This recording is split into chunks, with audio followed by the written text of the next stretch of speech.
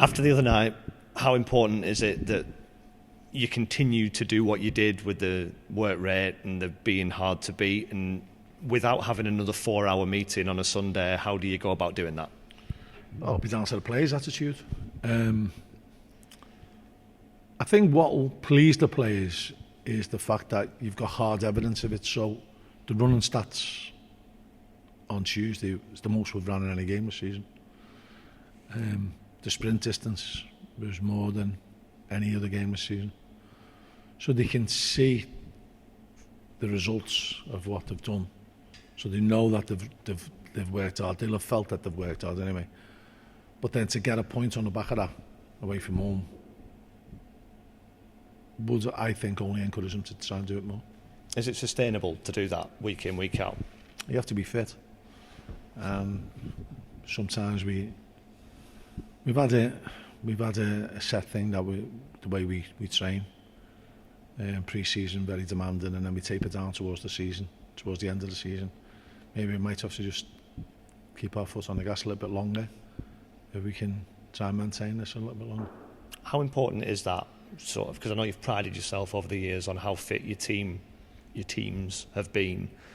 Is that increasingly important with pressing and the amount of intensity there is in the game? I think so.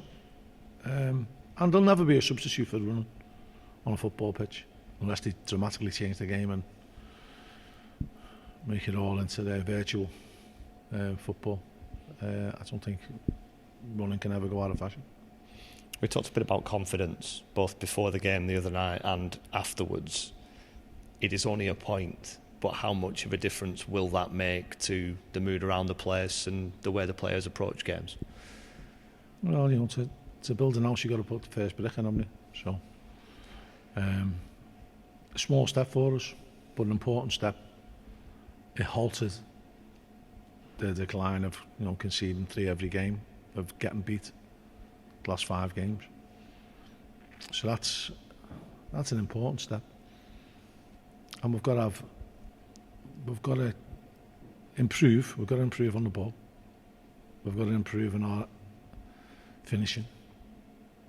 And we know we need to improve on defending, but they all have to be incremental. So they all have to, you want to keep getting better.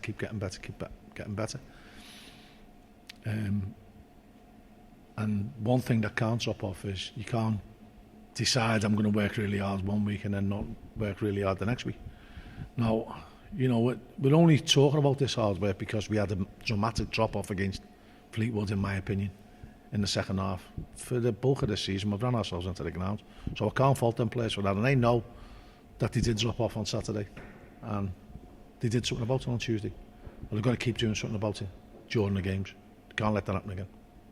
Talking about building incrementally, would it have been better to have another league game this weekend to try and add 3 points to the one that you earned? Or do you just treat an FA Cup tie in the same way? I'm treating it exactly the same way. Money to be made for the players, money to be made for the club, a chance to progress, a chance to enhance your income streams. And it'll be a tough game because the same applies to Crawley. So this is as important as any other game we're going to play because it's the next one in front of us, and we have to go with a determination to find a way to win. How big a difference can some success in the FA Cup make to your January, for example? Well, how big a difference can the FA Cup make? We wouldn't be sitting in here, would we? If it wasn't for the cup run we had when we famously beat Huddersfield and beat Bournemouth on pens here, we wouldn't be here. The ground wouldn't be the way it is. We wouldn't be full time. So,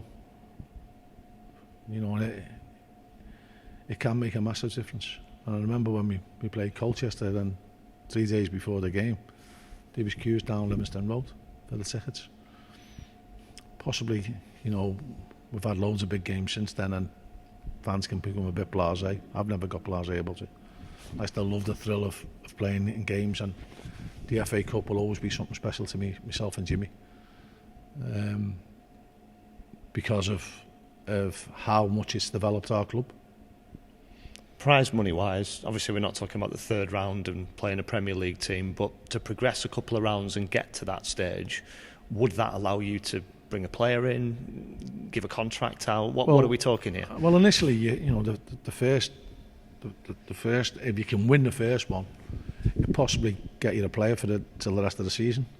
But it also puts you into a 3-ticket raffle for the next one. So that can be just as important. And then, who knows? But you can look ahead to the third round as much as you want. The fact is, we've got Crawley in the FA Cup, and if we don't win, we're out. And they'll feel exactly the same. Crawley have had some struggles this season, changed manager, but I think 2 of their 3 league wins have come in the last month. Is it perhaps not a great time to play them in that respect? Well, they've picked up form, and we've watched them. And they're quite useful outfit. They've got a little bit of confidence about them now, which always helps as a football club. And they believe that they can do a number on us, and we've got to guard against that, but also play the game the way we know we can play. I've seen some things on social media with a potential Crawley win being described as a giant killing. Is that the sort of thing you would emphasise if you were playing a team from the division above? That difference in the league position? Well, you associate giant killing with beating a team above you, so in a league above you. So, to that respect, yeah. But I don't think either of us are giants, are we? Only 2 teams not to go to Wembley in '92. I can't see either of us getting to the FA Cup final. I think that's a fair prediction. As far as Crawley Town as a club is concerned, their ownership is a little bit different from the world of cryptocurrencies. They're very big in the world of social media and having people being involved in the decision-making process. You've seen a lot of things in football. Where do you stand on this one? Well, I don't do social media, so I'm not up to speed on that. Obviously, we're aware about their connections with their marketing campaigns, and that's down to them to do what they want to do. It'll have no bearing on the game on Saturday. 9 subs for this competition. You could potentially come up against some stars from YouTube who are apparently training with Crawley and could be involved in this game. You're not a social media man, but I know you know the impact of a social media following.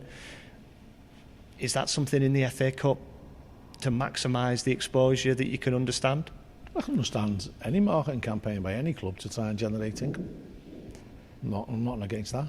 But all I'm concerned about is the 11 that they put out and the 11 we put out. Let's see who comes out on top. And then, as you said, you can make 9 subs as well. So you could have, well, you've got 9 subs, you can make 5, but you could have half a different team by the end of the game anyway. But what goes on behind the scenes and what goes on as a marketing ploy or a marketing campaign has nothing to do with how you're playing the game on the pitch.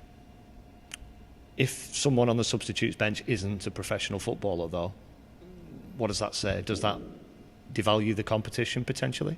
It doesn't to me. They can do what they want.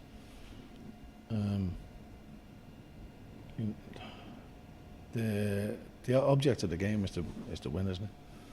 And if they feel that they've got a player who can perform to the level that's required, they'd be foolish not to use them. Your own 9 subs. I know Adekoya's been involved recently, one of the young players. Is that something that's in your mind? 1 or 2 youngsters might get a bit of experience with the extra subs? I don't know, because they've had a tough week, the youngsters. They had to go all the way to Hartlepool last night. Quick turnaround, they're playing Bolton in the next round on Tuesday, I think. So it might be a little bit unfair to put too many demands on them. And the traditional injury question, I know you said that Adekoya was sort of getting there, Nottingham maybe a little closer. The rest of them, Josh Woods hasn't been around. Josh Woods will open to be back by December. Michael, fingers crossed before Christmas. Cody, possibly on the grass next week. So it's not looking all doom and gloom.